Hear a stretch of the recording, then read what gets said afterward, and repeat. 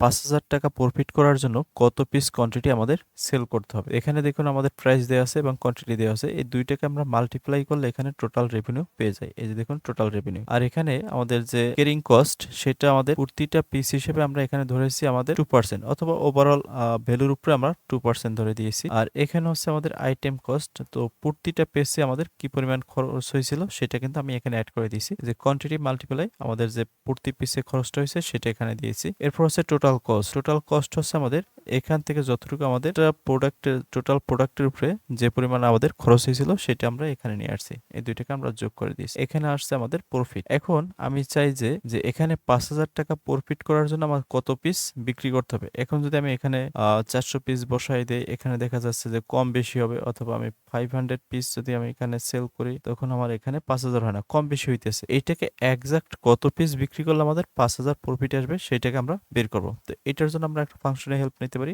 যে what if analysis. এখান থেকে আমরা নিতে পারি গোল সিক। তো আমি গোল সিকে চলে আসলাম। এখান থেকে সেট সেল, আমরা যে টার্গেট ভ্যালুটাকে টার্গেট করব সেটা কোথায় আসবে সেটাকে আমরা সিলেক্ট করে দেবো প্রফিট। আমরা প্রফিটটাকে নিয়ে আসবো। আর টু ভ্যালু যেটা হচ্ছে আমাদের টার্গেট ভ্যালু, আমরা কত প্রফিট করতে চাই 5,000 টাকা। আমি এই টার্গেট ভ্যালুটাকে এখানে বসাই দিলাম। এরপর আছে বাই চেঞ্জিং সেল। তো কোন সেলের ভিতর চেঞ্জটা করবে, আমাদের এই কোয়ান্টিটির সেলটাকে চেঞ্জ করবে। ওকে, এখানে কত পিস বিক্রি করলে আমাদের 5,000 প্রফিট আসবে সেইটা আমাদের এখানে চেঞ্জ করবে। এখানে চেঞ্জটা আসবে, এখান থেকে আমরা জাস্ট ওকে বাটনে ক্লিক করে দেবো। কিছুক্ষণ সময় নেবে। এই যে হয়ে গেছে, আমাদের 440 পিস বিক্রি করলে 5,000 টাকা প্রফিট আসবে। খুব সহজেই পেয়ে গেলাম।